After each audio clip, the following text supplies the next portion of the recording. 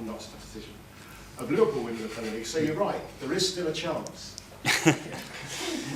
Into the next one. Chelsea, 5-0 this time last year. You'd go for that again, wouldn't you?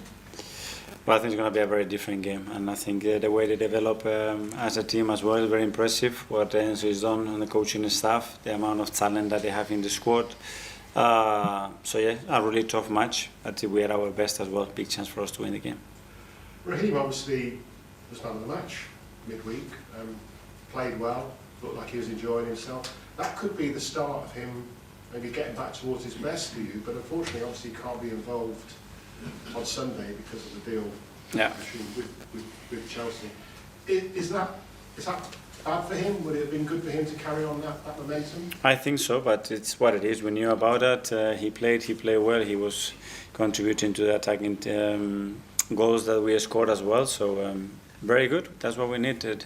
Players in good form, in good spirit, good confidence, and certainly that performance is going to help him. Sylvia from Premier League. Hi.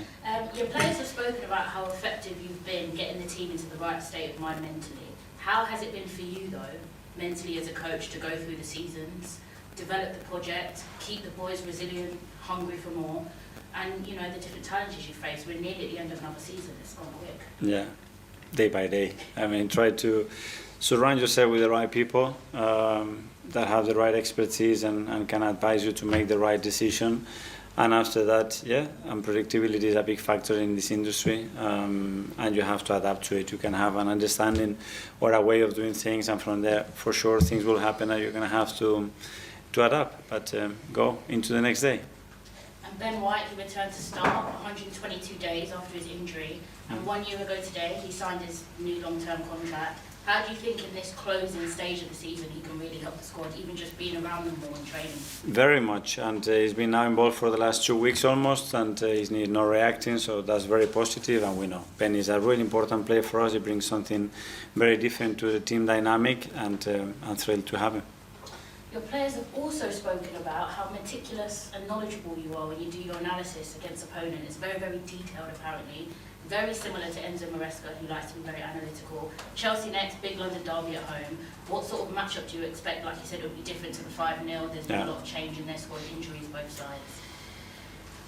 Well, let's see. I think two teams that want to be very dominant in the way of playing, very aggressive on the high press and the way we have to have the ball. A lot of individual quality on that pitch. So it's about imposing what you want and the direction that you want to take the game and keep them very far from their strengths. I think that's going to be a key thing as well.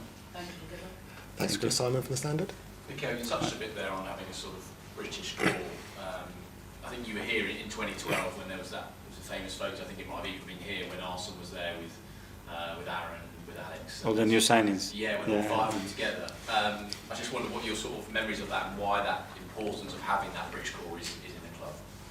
I think that's great. I think it attaches people to the football club. It makes them pride. I think everybody wants to see academy players, English player, driving and being the face of the football club. I think is really important, and I think it has to happen organically. You cannot force it, but especially with those two. Now it's really good news because they deserve to be where they are. They are doing great, and it's a bright future ahead of them. And I know you'd like to sort of recreate that. Are there more behind Ethan and Miles that we maybe don't know about yet? Is there excitement for what's to come in the future? Hopefully there are many more, but again, it's something that Tal will tell, you know, and as Gary used the word fast-tracking players, if they are good enough, there is no problem to that, but at the same time, they really have to earn it to play at this level. Okay, Tom, Football London.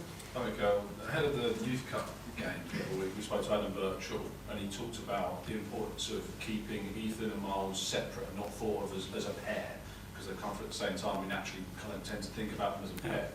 Miles obviously got that senior call-up, Ethan hasn't. Do you think that in some ways will help them individually develop apart from one another in two separate teams? Yeah, any comparison there I don't think is right. I think they have a very similar pathway because obviously they played so many years together, but after that, you know, they're going to have different moments, and each career will be unique and individual for them, and they're going to have to earn it, and what one does is not going to reflect or affect the other one in a positive or negative way. So That needs to be totally independent. It's great. It's a luxury to have someone that you spend so much time, trust, and love next to you on that journey. Use it in that way. That's it, and the rest throw it away.